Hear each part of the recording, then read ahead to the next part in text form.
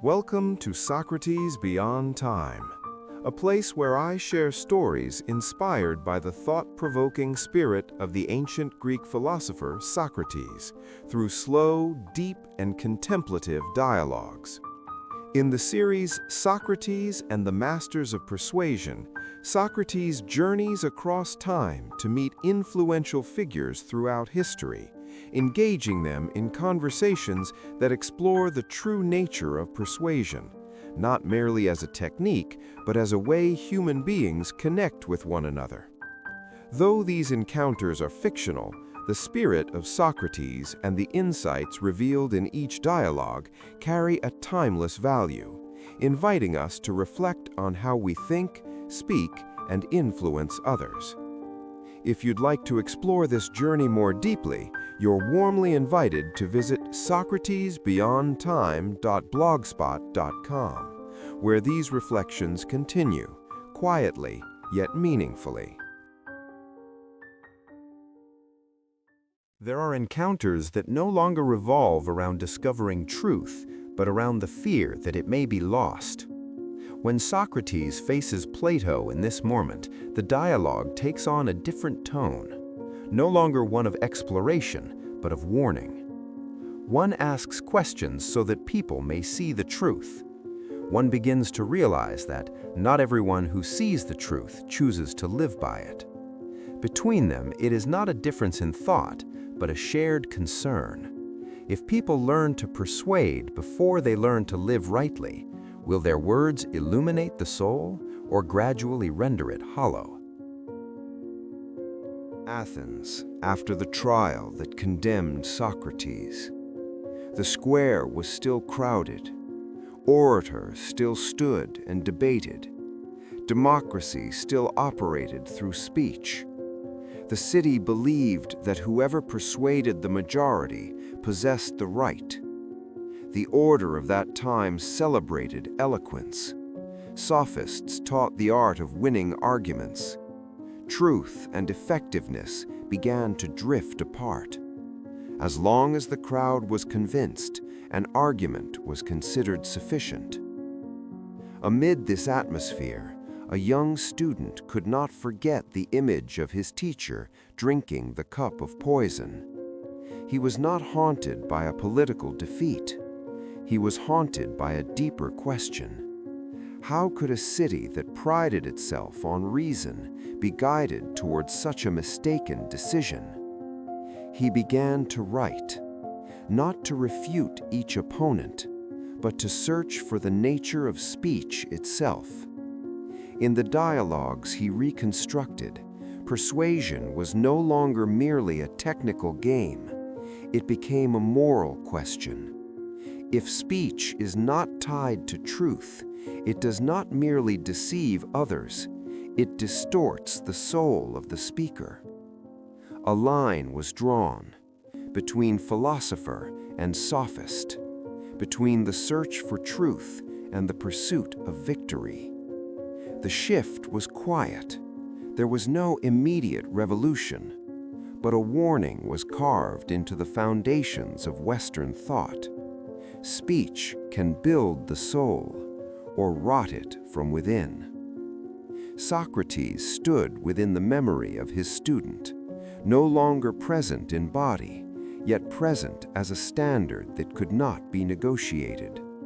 And Plato, before he spoke, asked himself, if persuasion separates from ethics, will society collapse first, or has the human soul already been decaying for a long time without anyone noticing? Do you hear them, Socrates? Hear what? The speeches out there. Words polished so finely that what is false sounds true, and what is true becomes inconvenient. Socrates looked toward the distant training grounds. A few students were debating, their voices rising, their eyes shining with the thrill of victory. I have heard it for a long time, Plato. But today, I see something different in your eyes. I am afraid. Socrates turned to his student. No reproach, no surprise. What are you afraid of? I fear that if people learn how to persuade without learning how to live rightly, their own words will betray their souls. A soft wind passed through the academy.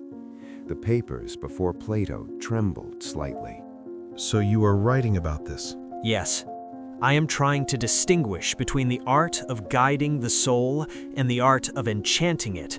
And what do you see? Plato looked up. The reflection of sunset flickered in his eyes. I see that unethical persuasion does not merely distort decisions, it rots the soul from within. Socrates remained silent for a long time. Explain it more clearly to me. The Sophists teach how to win, but they never ask what that victory serves. They forge words the way one forges swords, yet never ask who will be wounded when the blade is raised. And in your view, what is wounded first? The speaker himself, because each time someone uses words to conceal what he knows is false, his soul must deceive itself. Plato looked deeply into Socrates' eyes. So you believe the unethical persuader is not truly the victor? No, they are the most silent losers of all. They may gain power, but lose the ability to distinguish right from wrong. They may be praised by crowds, but they can no longer hold a dialogue with themselves. A silence settled between teacher and student. So you are building a world where speech must answer to the soul of the speaker? Yes, because without that, society may continue to function, but human beings will slowly become hollow inside. And which path do you think the crowd will choose? Plato lowered his head. I am not sure.